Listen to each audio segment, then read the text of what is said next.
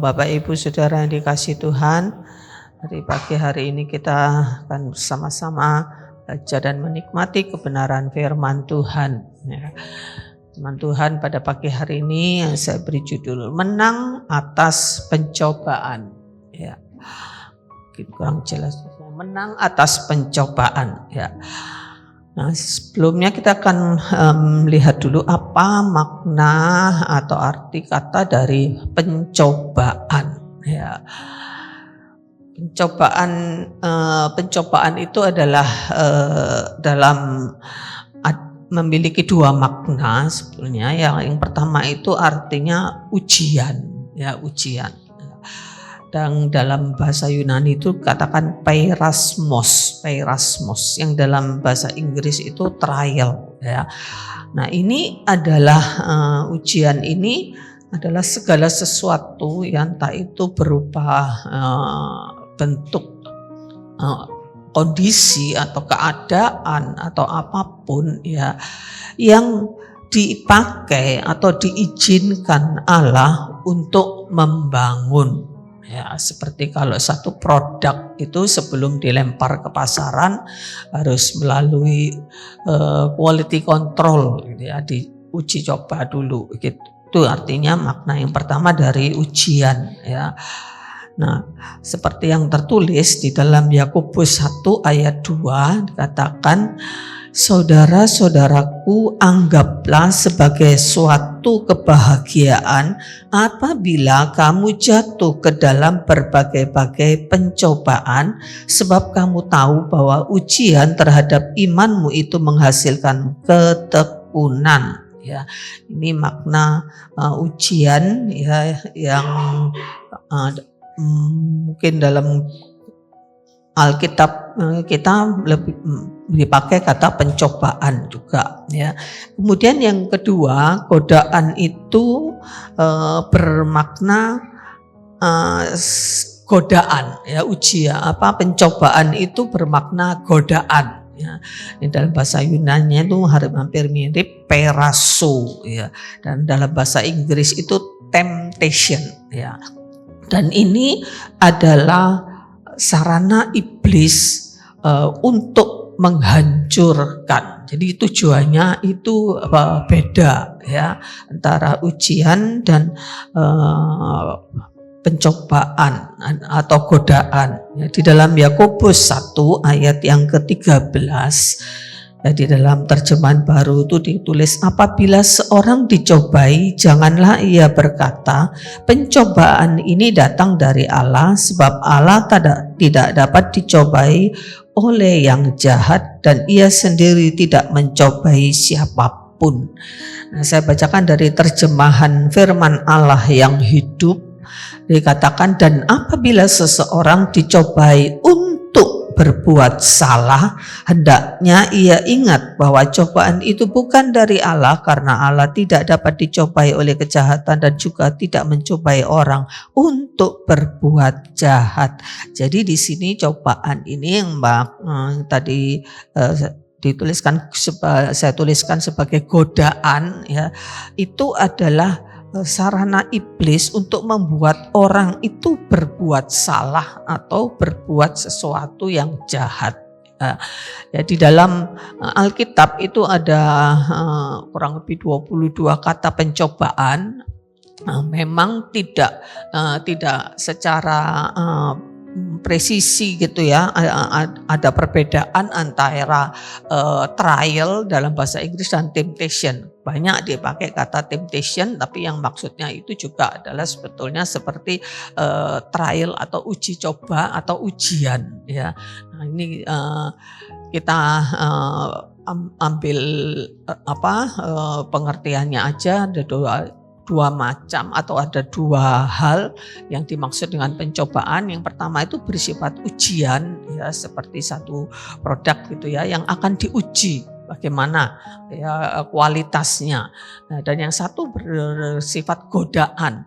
Nah, jadi ujian ini diizinkan Tuhan, sekalipun dikatakan Tuhan tidak mencobai, tetapi ini diizinkan Tuhan untuk suatu tujuan yang positif, tujuan yang baik, untuk membangun.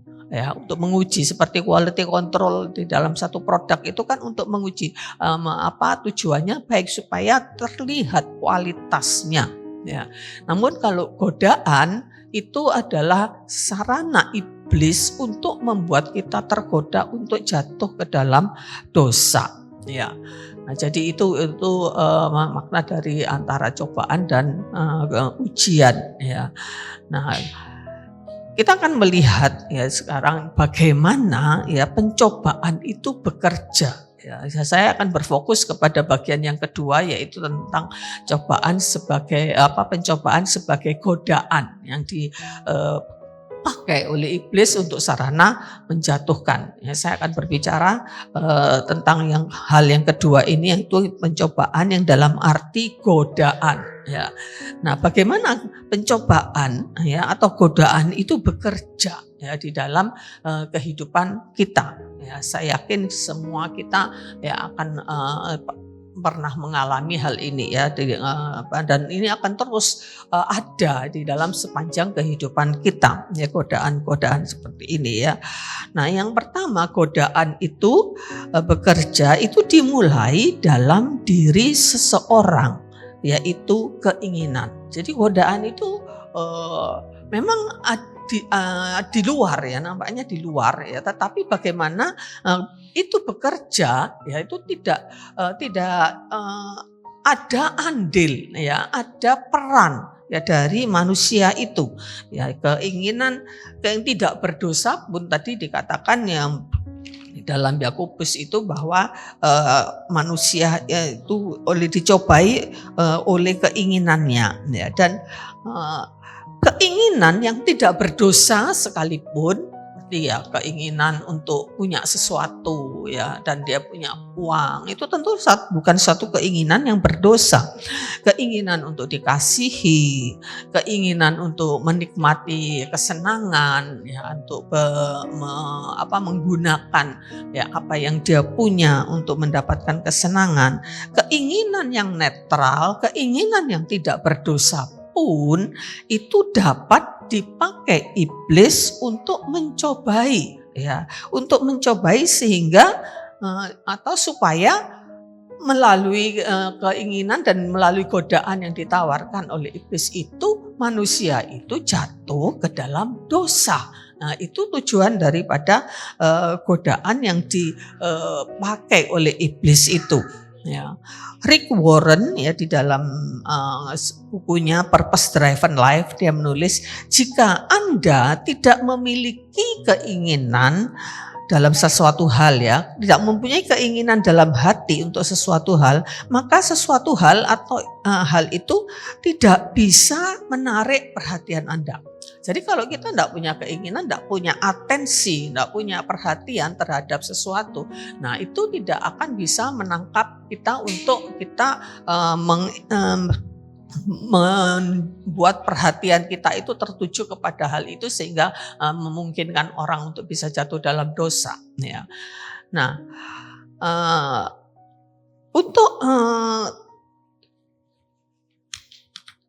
kita akan baca di dalam Yakobus ya, di dalam Yakobus 1 ayat yang ke-14 ya, Yakobus 1 ayat yang ke-14 ya dan 15. Tetapi tiap-tiap orang itu dicobai oleh keinginannya sendiri. Jadi dicobai oleh keinginannya sendiri karena ia diseret dan dipikat olehnya, dan apabila keinginan itu telah dibuai, ia melahirkan dosa, dan apabila dosa itu sudah matang, ia melahirkan maut. Jadi setiap orang itu dicobai oleh keinginannya sendiri untuk membuat orang itu terseret, terikat olehnya, dan pada akhirnya keinginan itu melahirkan dosa, dan akhirnya dosa melahirkan maut.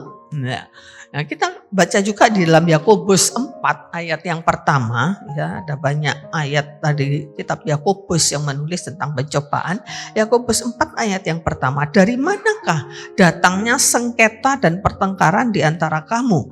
Bukankah datangnya dari hawa nafsumu?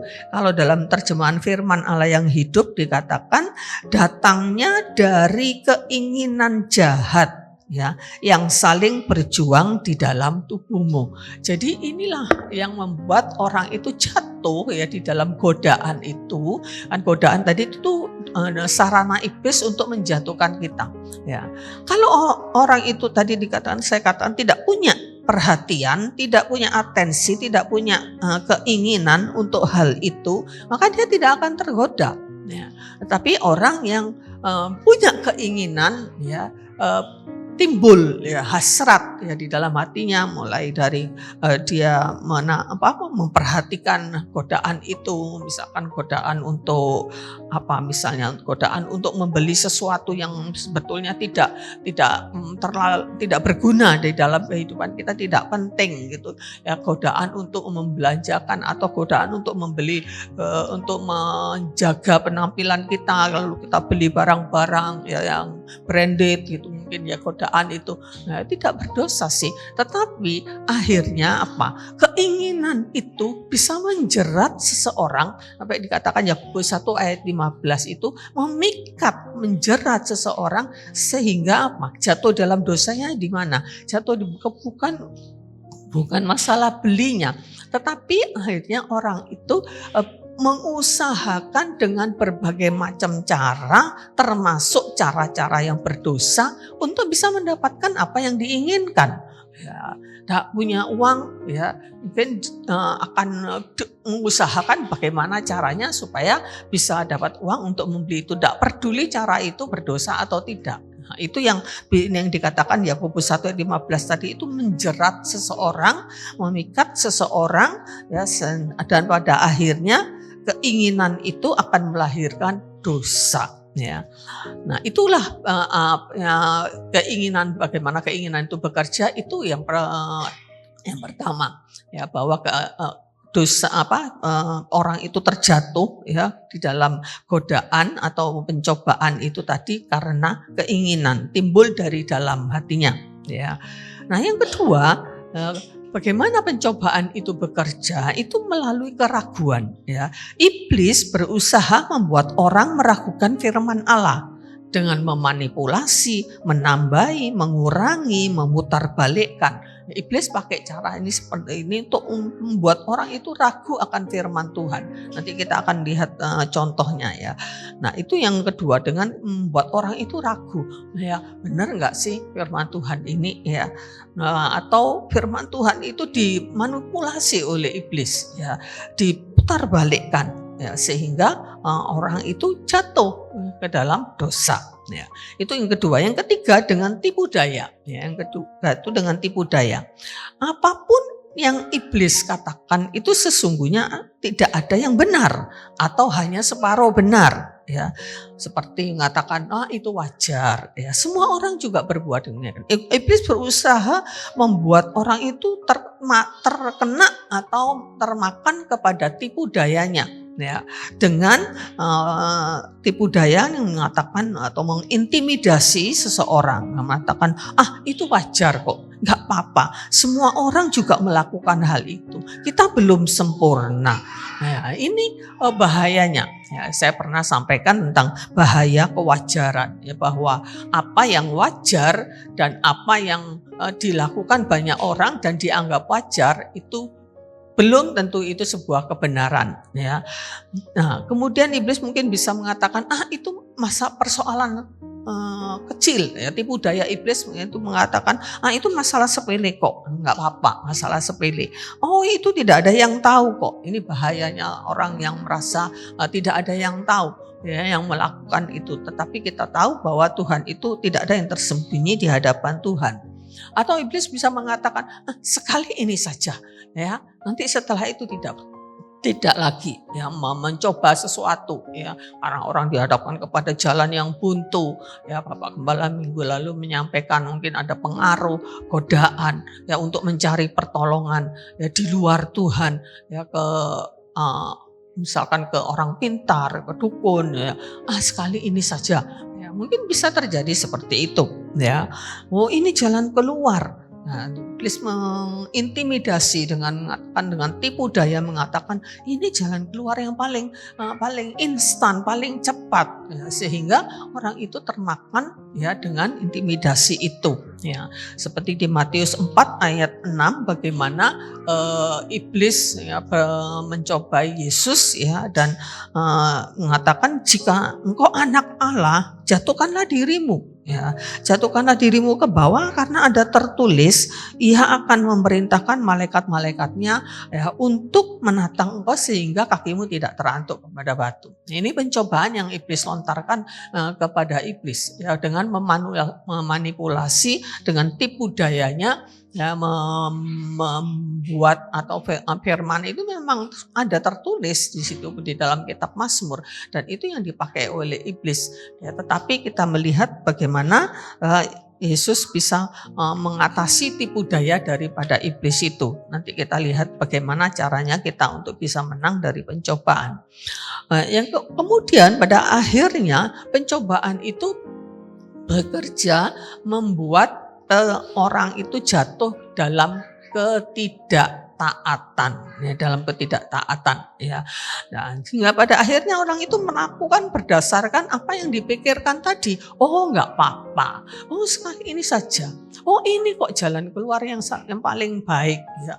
Dengan cara berpikir yang sudah mulai meragu-ragukan kebenaran firman Tuhan, sudah termakan tipu daya iblis ya, akhirnya kemudian dilakukan ya, jatuh pada ketidaktaatan. Nah, ini bagaimana inilah pencobaan itu atau godaan itu bekerja. Nah, sekarang saya mengajak kita melihat contoh dari Hawa ya, di dalam Kejadian 3 ayat 1 sampai 6 ya. Saya tidak bacakan semua ayatnya, tetapi keringkasannya begini. Ular berkata, ya, tentulah Allah berfirman, semua pohon di dalam taman ini jangan kamu makan buahnya. Ini sudah memanipulasi firman iblis. Padahal firman Tuhan bilang, semua pohon di dalam taman ini boleh kamu makan, kecuali pohon pengetahuan baik dan jahat. Tapi iblis mulai memanipulasi firman Tuhan ya, bahwa pasti ya Tuhan bicara bahwa semua pohon di dalam taman ini jangan kamu makan. Lalu Hawa menjawab ya, buah pohon-pohonan dalam taman ini boleh kami makan, tetapi tentang buah pohon yang ada di tengah-tengah taman Allah berfirman, jangan kamu makan atau rabah buah itu nanti kamu mati. Ini jawaban Hawa. Di awalnya dia menjawab sesuatu yang benar. Dia menjawab ya apa yang dinyatakan oleh iblis itu. Ya, dia mengatakan enggak kok. Tuhan itu mengatakan semua buah di dalam taman ini boleh dimakan, hanya kecuali pohon yang ada di tengah-tengah taman itu yang tidak boleh dimakan. Ya, lalu iblis menjawab lagi, sekali-kali kamu tidak akan mati ya. Karena akan dikatakan pada hari kamu memakannya engkau mati ya. Lalu iblis jawab, sekali-kali kamu tidak akan mati, tapi Allah itu tahu ya bahwa pada waktu kamu makan matamu akan terbuka dan kamu akan menjadi seperti Allah, tahu tentang yang baik dan yang jahat. Manipulasi lagi oleh iblis dengan tipu dayanya. Sekali-kali ya kamu tidak akan mati, tetapi kamu akan tahu ya. Nah, kemudian dikatakan di ayat selanjutnya, perempuan atau Hawa melihat ya, perempuan itu melihat ya bahwa buah ya pohon itu baik untuk dimakan dan sedap kelihatannya. Ya, ini mulai Hawa perhatiannya ya, dia mulai menaruh perhatian kepada buah itu ya, mulai ya buah itu baik ya, kelihatannya enak, sedap kelihatannya. Dalam tahap ini belum berdosa. Berarti kalau orang ada seorang pria melihat seorang wanita cantik, kalau dia mengatakan perempuan itu cantik ya dia belum berdosa. Ya, karena memang dia dengan matanya dia melihat itu cantik dan kita tidak bisa menghalangi ya ada orang cantik lewat di depan kita gitu ya. Oke. Nah, memang faktanya seperti itu dalam tahap ini ya Hawa masih belum berdosa ya.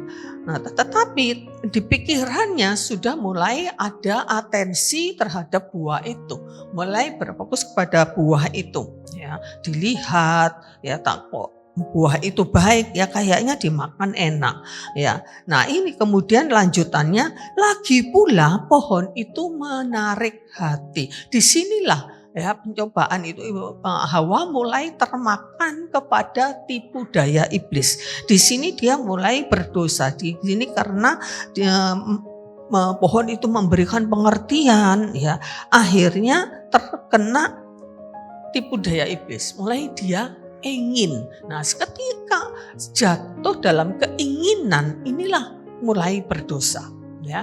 Ketika Hawa ingin, jatuh. Ya, kalau sekedar melihat ya bahwa itu baik ya, dia belum jatuh dalam dosa. Tapi begitu dia ingin, dia masuk di dalam tipu daya iblis. Karena itu selanjutnya lalu ia mengambil dari buah itu dan makan. Ini jatuh dalam ketidaktaatan. Akhirnya karena pikirannya ya tertuju kepada buah yang baik itu, rasanya kayaknya enak dimakan ya, dan mulai ingin ya, tertarik, menarik hatinya. Nah, itu mulai berdosa dan akhirnya jatuh dalam ketidaktaatan ya. Seringkali orang itu memakai atau pikirannya, perhatiannya ya itu berfokus ya kepada sesuatu ya.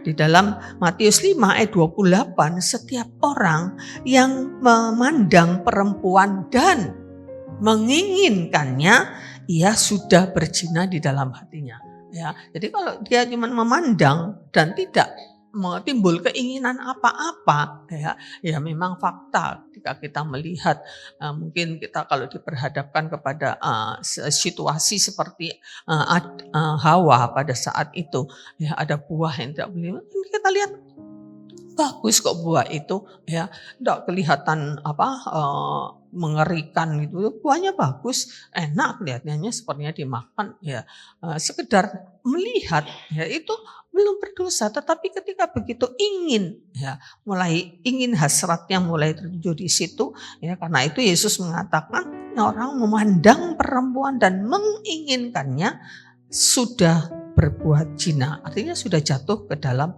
dosa. Nah, inilah bagaimana pencobaan itu bekerja. Ya, kita harus tahu bagaimana pencobaan itu bekerja, dan kita diperhadapkan setiap hari, kita diperhadapkan kepada godaan-godaan ya di dunia ini, karena iblis ya berusaha dengan sekuat tenaga bagaimana caranya supaya ya orang itu tergoda dan jatuh ke dalam dosa. Nah, ini pekerjaannya iblis setiap saat, setiap hari. Sejak dari zaman Adam dan Hawa sampai hari ini, iblis terus berusaha bagaimana membuat manusia itu jatuh di dalam dosa ketidaktaatan. Ya. Nah, kita akan sekarang melihat bagaimana kita mengalahkan pencobaan. Bagaimana kita mengalahkan pencobaan? Yang pertama, jangan terintimidasi oleh pikiran-pikiran yang menghasut, membuat takut, ya, membuat hilang semangat, merasa bersalah, tertuduh. Ya, kita harus menolak intimidasi daripada iblis. Karena iblis ini dikatakan sejak awal dia adalah pendakwa. Dia pekerjaannya adalah menuduh, ya, menghakimi, ya, membuat intimidasi. Ya, dan jangan terintimidasi oleh pikiran-pikiran ya yang menghasut kita, ya, kemudian termakan, ya, seperti gelar itu mengatakan enggak, ya, kamu sekali-kali tidak akan mati. Ya, tetapi kamu akan menjadi seperti Allah yang mengetahui baik dan jahat. Ini Hawa termakan intimidasi itu, sehingga akhirnya dia ingin ya untuk memakan buah itu. Nah, bagaimana kita mengalahkan pencobaan? Jangan terintimidasi. Ya, kalau ada pikiran itu melintas gitu atau ada di dalam pikiran kita harus segera tolak. Ya, kita harus segera tolak itu. Jangan memusatkan perhatiannya di situ. Ya. Nah, dicobai itu bukan dosa, ya, bukan tanda kelemahan kita, ya, karena itu adalah pekerjaan iblis, ya. Tetapi tanda iblis membenci kita dan berusaha membuat kita jatuh, ya. Jadi kan dicobai, ya, jangan kita tidak berdosa ketika pencobaan itu datang, ya, lewat seseorang kah yang mengajak kita untuk melakukan perbuatan tidak baik, yang berusaha, ya, mengajak kita untuk melakukan hal-hal yang bertentangan dengan firman Tuhan, ya. Nah, itu bukan tanda, itu memang iblis berusaha untuk menjatuhkan kita, ya. Nah, belum tentu kita lemah kecuali kita jatuh, ya, di dalam pencobaan itu kita jatuh ke dalam dosa, ya, itu maka menunjukkan bahwa kita itu lemah dan pada akhirnya kita berdosa. Tapi sepanjang pencobaan itu hanya ada di depan kita, kita bukan berdosa, kita tidak berdosa. Bukan tanda kelemahan kita juga. Di dalam Ibrani 4 ayat yang ke-15 itu dikatakan Yesus juga dicobai tetapi tidak berbuat dosa, ya.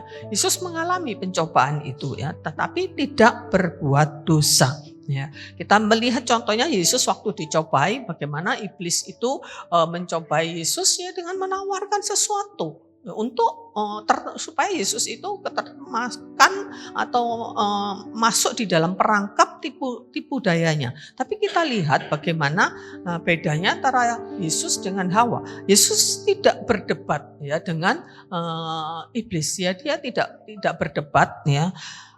Yesus hanya melawan dengan firman Tuhan, ya, dia melawan atau membantah, ya, semua statement dari iblis itu dengan kebenaran firman Tuhan, ya. Hawa seperti berdialog, ya, jangan kita berdebat dengan iblis, kita ini pasti kalah karena iblis itu pengalamannya sudah ribuan tahun, ya. Jadi dengan menghadapi godaan-godaan iblis ini jangan timbul perdebatan di dalam hati kita, ya.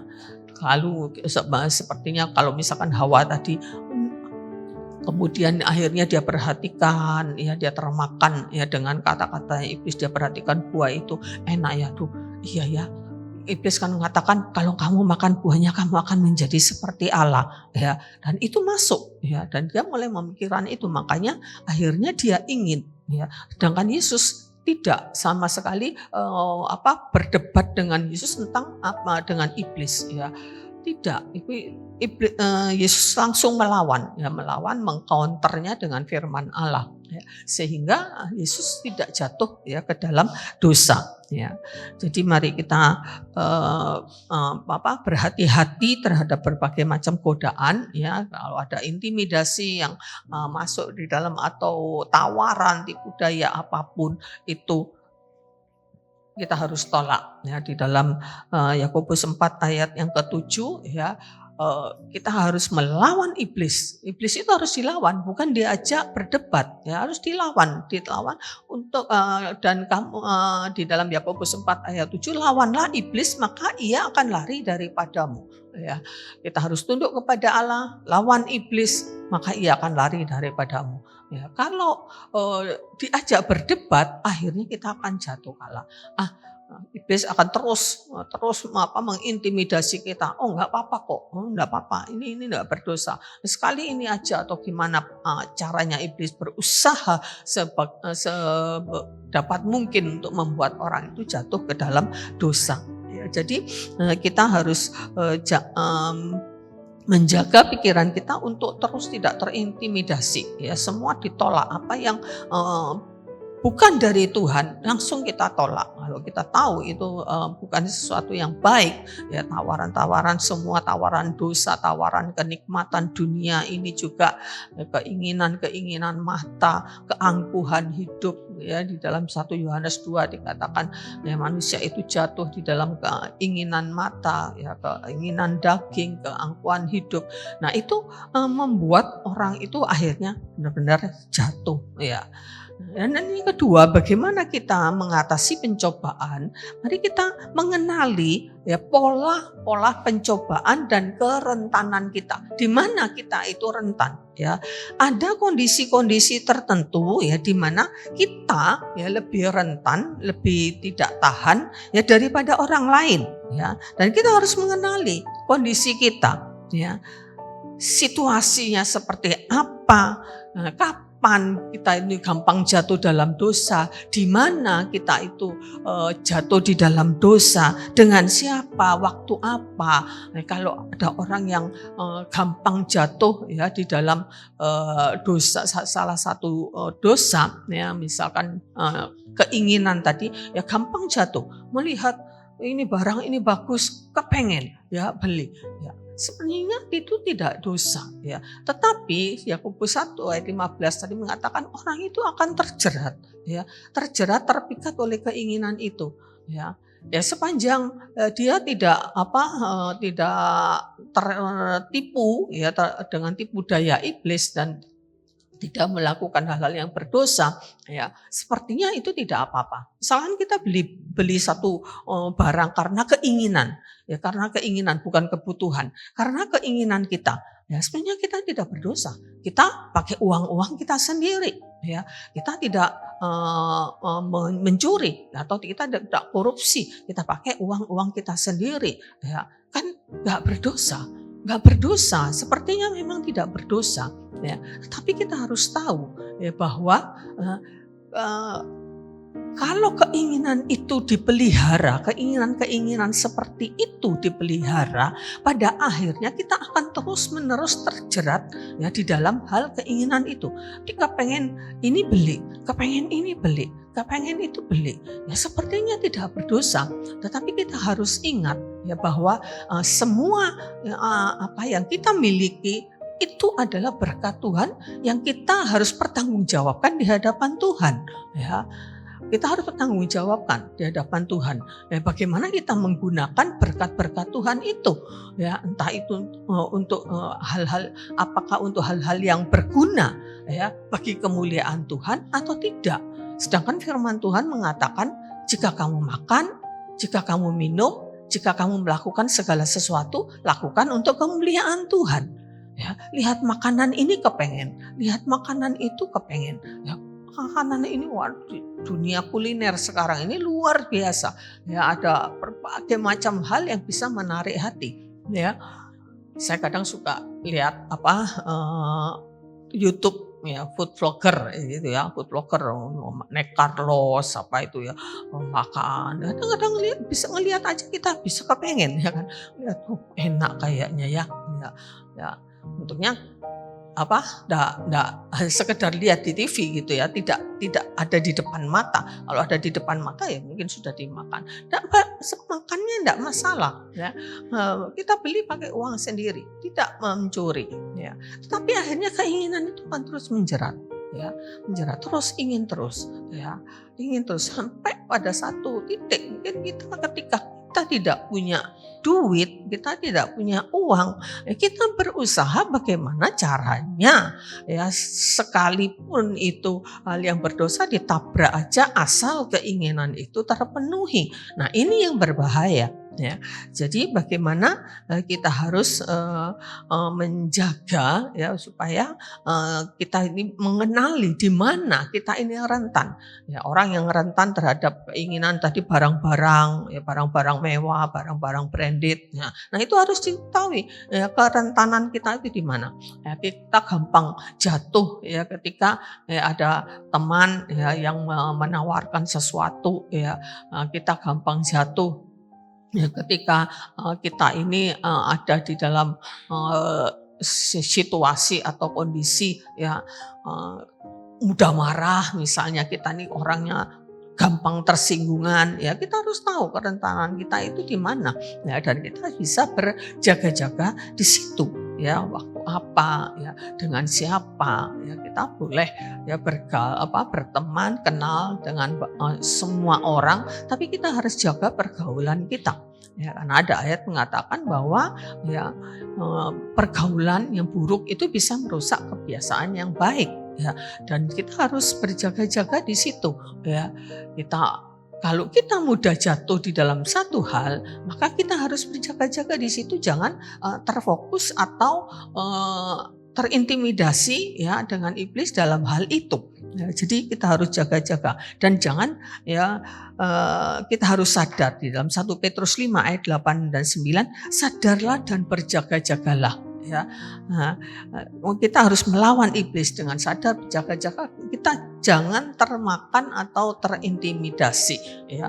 Dan di dalam Efesus 4 ayat yang ke-27 itu dikatakan jangan beri kesempatan pada iblis, ya. Jangan berdialog dengan iblis, jangan kita itu tawar menawar, ya, tawar menawar. Pada akhirnya kita akan jatuh, ya. Kita iblis itu jauh lebih berpengalaman. Umurnya udah ribuan tahun, ya. Iblis berbagai macam cara, bagaimana caranya membuat kita itu jatuh, ya. Dengan kita harus tahu situasi kita. Saya ini orangnya mudah tersinggung, saya ini mudah marah, ya. Saya ini tidak bisa melihat godaan, ya, godaan seperti tadi barang-barang kah, makanan kah, apapun itu kah, ya. Itu membuat kita itu jatuh. Nah, kita harus bertahu di situ. Ya, di dalam Amsal 4 ayat yang ke-27 ya dan Amsal 16 ayat 17 dikatakan orang bijak itu kalau melihat malapetaka dia lari, ya. Tapi kalau orang yang bodoh ya dia maju terus dan akhirnya terkena, ya. Jadi kalau melihat satu godaan ya harus lari, menghindar. Jangan coba berbantah-bantahan dengan iblis, kita pasti kalah. Kita lihat contohnya Yusuf, ya, ketika dia digoda oleh istri Potifar, ya, apa yang dibuat oleh Yusuf, ya, dia tidak tidak meladeni, ya, tidak meladeni istri Potifar dengan mungkin berdialog, enggak, dia lari. Yusuf lari meninggalkan godaan itu. Nah, itulah ya kita harus bagaimana kita harus menghadapi pencobaan itu dan kita harus memusatkan perhatian atau pikiran kita kepada perkara-perkara Tuhan dan janjinya, ya. Di dalam tema kita katakan pikirkanlah perkara-perkara yang di atas, ya. Jadi jangan berfokus kepada hal-hal yang ada di dunia ini yang bisa membuat kita itu tergoda dan membuat kita itu akhirnya jatuh, ya. Di dalam Filipi 4 ayat yang ke-7 ya dikatakan damai sejahtera Allah yang melampaui segala akal akan memelihara hati dan pikiranmu, ya, di dalam Kristus Yesus, ya. Jadi akhirnya saudara-saudara, semua yang benar, ya, semua yang mulia, semua yang adil, semua yang suci, semua yang manis, semua yang sedap didengar, semua yang disebut kebajikan dan patut dipuji, pikirkanlah semuanya itu, ya. Nah, jangan terlalu memusatkan pikiran kepada godaan. Banyak orang gagal ya untuk diet. Ya, karena apa? Di pikirannya terus tertuju pada makan. Oh iya ya, makanan ini ya saya tidak boleh makan. Ya, oh iya makanan ini nanti mengganggu kolesterol. Tapi pada akhirnya kita menjadi kepengen karena pikiran kita tertuju kepada makanan-makanan itu. Ya makanan ini katanya, oh enggak, saya enggak mau. Ya, saya lagi diet. Gitu ya. Tapi lama-lama kalau pusat perhatiannya terus kepada makanan-makanan itu, akhirnya kita jatuh juga, ya. Nah, ya kalau sekedar makan sih mungkin itu bukan sesuatu hal yang berdosa, ya. Tetapi kan kita sudah tergoda, gitu, tergoda. Ini saya berbicara bagaimana kita menghadapi godaan-godaan seperti itu, ya. Kalau memang mau diet, ya sudah, tidak usah peduli, tidak usah perhatian soal makanan, ya. Pikirannya terus, oh ini saya tidak boleh makan, ini tidak boleh makan, pada akhirnya kepengen, ya, sehingga gagal lah. Ya, jadi kita belajar ya bagaimana kita mengendalikan pikiran kita. Ya, Rick Warren di dalam buku yang sama ya Purpose Driven Life yaitu menuliskan apapun yang menyita perhatian Anda akan menangkap Anda. Ya, jadi apapun yang menyita perhatian kita ya maka itu akan bisa menangkap kita, akan membuat kita termakan ke dalam tipu daya. Ya. Nah, kemudian yang berikutnya bagaimana kita mengatasi pencobaan itu? Minta pertolongan Tuhan. Minta pertolongan Tuhan, ya.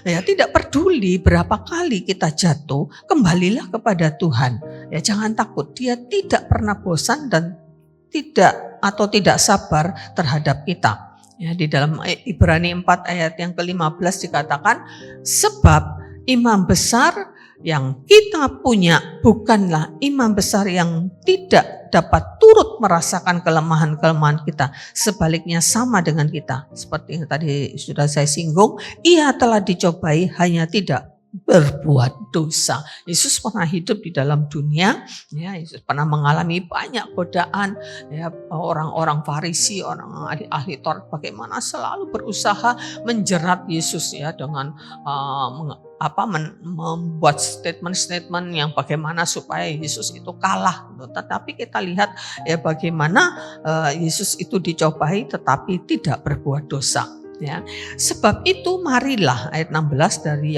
Ibrani 4, marilah kita dengan penuh keberanian menghampiri takhta kasih karunia supaya kita menerima rahmat dan menemukan kasih karunia untuk mendapatkan pertolongan kita pada waktunya. Jadi kita harus minta pertolongan Tuhan, ya, karena ketidakmampuan kita. Kita lihat di dalam Matius 6 ayat yang ke-13 di dalam doa Bapa kami, di dalam terjemahan baru itu tulis, janganlah, ayat yang ke-13, janganlah membawa kami ke dalam pencobaan. Nah, kalau dibaca sekilas sepertinya ayat ini mengindikasikan bahwa Yesus itu bisa membawa orang ke dalam pencobaan. Kita lihat tadi kitab di dalam surat Yakobus, Yesus tidak pernah mencobai, ya, dan dia tidak akan bisa dicobai. Ya, Yesus tidak pernah mencobai. Ya, tetapi kalau kita lihat ya ayat ini di dalam terjemahan, beberapa terjemahan di dalam terjemahan sederhana Indonesia, kalimat jangan membawa kami ke dalam pencobaan itu dikatakan jangan biarkan kami tergoda melakukan kejahatan. Atau di dalam bahasa Indonesia sehari-hari dan bahasa Indonesia masa kini dikatakan jangan membiarkan kami kehilangan kepercayaan pada waktu kami dicobai. Ya, itu makna daripada janganlah membawa kami ke dalam pencobaan. Artinya jangan biarkan kami tergoda untuk melakukan kejahatan. Ya, kita lihat juga di dalam Injil Lukas itu 22 ayat 31 dan 32 bagaimana Yesus berkata kepada Petrus bahwa iblis akan menampi kamu, ya, untuk apa tujuannya? Supaya jatuh dalam dosa. Tapi aku berdoa, ya, Yesus berdoa supaya imanmu jangan gugur. Ya, jadi bagaimana kita melihat Tuhan itu akan menjadi tempat, ya, sumber pertolongan kita. Jadi kita minta pertolongan Tuhan ketika kita itu lemah di dalam satu hal, ya, dan kita tidak berhasil menang. Minta kepada Tuhan. Ya, minta kepada Tuhan pertolongan Tuhan, Tuhan tolong Tuhan. Ya, saya percaya Roh Kudus yang ada di dalam diri kita itu jika diizinkan untuk bekerja, mengendalikan pikiran, mengendalikan kehendak kita, ya, mengendalikan perkataan kita, maka Roh Kudus akan menolong kita, membuat kita itu untuk bisa menang atas segala berbagai macam godaan yang ada di sekitar kita. Ya, makin hari dunia ini makin penuh dengan pencobaan, makin penuh dengan hal-hal yang membuat orang itu jatuh dalam dosa. Ya, gadget ini, HP ini sangat sesuatu yang sangat bermanfaat, ya, tetapi juga yang sangat gampang membuat orang itu ya jatuh ke dalam satu hal yang misalkan ya. Bangun tidur sudah yang dicari sudah HP, ya, setiap hari, ya, tidak bisa lepas dari HP ini, ya, entah apakah yang dicari, entah lihat di YouTube, entah lihat apa, entah lihat statusnya orang, scroll terus, nggak terasa ya sudah berjam-jam, ya, kita meluangkan waktu kita, ya, yang seharusnya bisa dipakai untuk hal-hal yang berguna. Ya, saya aja kadang-kadang kalau berdoa, ya, entah malam mau tidur berdoa, tiba-tiba ingat, oh iya ya, itu tadi belum balas WA, ya, HP-nya ada di samping, ambil HP, ada WA. Itu sesuatu yang contoh-contoh yang sederhana, ya, tetapi yang membuat kita mudah tergoda, gitu ya. lagi enak-enak doa, ya, oh ya ingat ini, ya buka chat WA, ya akhirnya ndak buka chat saja, buka status, buka apa lagi. Itu sangat-sangat mudah, ya, sangat rentan buat kita. Ya, jadi mari kita belajar ketika kita meminta pertolongan Tuhan, Tuhan tolong saya, ya untuk saya tidak jatuh ke dalam pencobaan ini, ya tidak melakukan kejahatan. Dan yang terakhir adalah terbuka, minta dukungan komunitas, ya di dalam Khotbah 4 ayat 9 10 itu berdua itu lebih baik ya daripada seorang diri, ya. Kalau kita malu dan menyembunyikan kelemahan kita di mana kita mudah jatuh dalam dosa, itu seperti sebuah kesombongan. Ketika kita tidak mau minta pertolongan orang, kita butuh orang lain ya di dalam kehidupan kita ini, ya kita butuh pertolongan orang lain. Mungkin ada orang yang pernah berhasil menang dari pencobaan itu, maka kita bisa minta dukungan doa. Itulah gunanya kita punya komunitas yang bisa mendukung kita di dalam doa, yang bisa mendukung kita ya untuk bagaimana kita mengatasi ya satu godaan atau satu cobaan, ya. Ada satu quote yang mengatakan bahwa keterbukaan itu adalah awal daripada pemulihan. Tentu kita terbuka ya kepada orang yang bisa dipercaya, kepada komunitas yang bisa dipercaya, tidak kepada orang yang tidak bisa memberi jalan keluar. Kita harus terbuka ya kepada orang yang bisa dipercaya. Dan pada akhirnya mari kita di dalam menjalani kehidupan sehari-hari ini kita harus biasakan menang. Ya, biasakan menang. Ya, ini satu kalimat ya yang harus mendorong kita untuk kita harus menang. Ya, di dalam Mazmur 26 ayat 2 dan 3 pemazmur mengatakan, "Ujilah aku ya Tuhan, cobalah aku, selidikilah batinku dan hatiku." Dalam bahasa Indonesia masa kini dikatakan, "Selidikilah aku ya Tuhan dan ujilah aku, periksalah keinginan dan pikiranku." Ya, jadi kita harus selalu ada pemazmur ini dengan beraninya dia mengatakan, "Uji aku Tuhan, coba aku Tuhan, selidiki aku." Tetapi ini sebetulnya adalah sebuah doa, ya sebuah doa, suatu permohonan supaya Tuhan itu selalu menguasai pikiran kita dan selalu menjagai keinginan hati kita. Nah, jadi ini seperti sebuah doa. Jadi mari kita membiasakan untuk menang dari satu hal yang sepele. Kita belajar untuk menang godaan. Misalkan hanya hal-hal sepele, ya. Aduh, rasanya itu kok ini kepengen barang ini kepengen beli ya. Coba tahan, enggak beli. Ya, kalau itu memang bukan sebuah kebutuhan, ya hanya sebuah keinginan, coba kita bertahan. Walaupun kalau dibeli barang itu mungkin bermanfaatkah, entah itu untuk atau tidak bermanfaat, bisa terjadi hanya sekedar untuk penampilan, hanya sekedar ya memuaskan keinginan kita. Coba belajar menang untuk hal-hal yang sepele-sepele terlebih dahulu. Kita berlatih untuk biasakan menang dan kita percaya Tuhan akan menolong kita. Amin.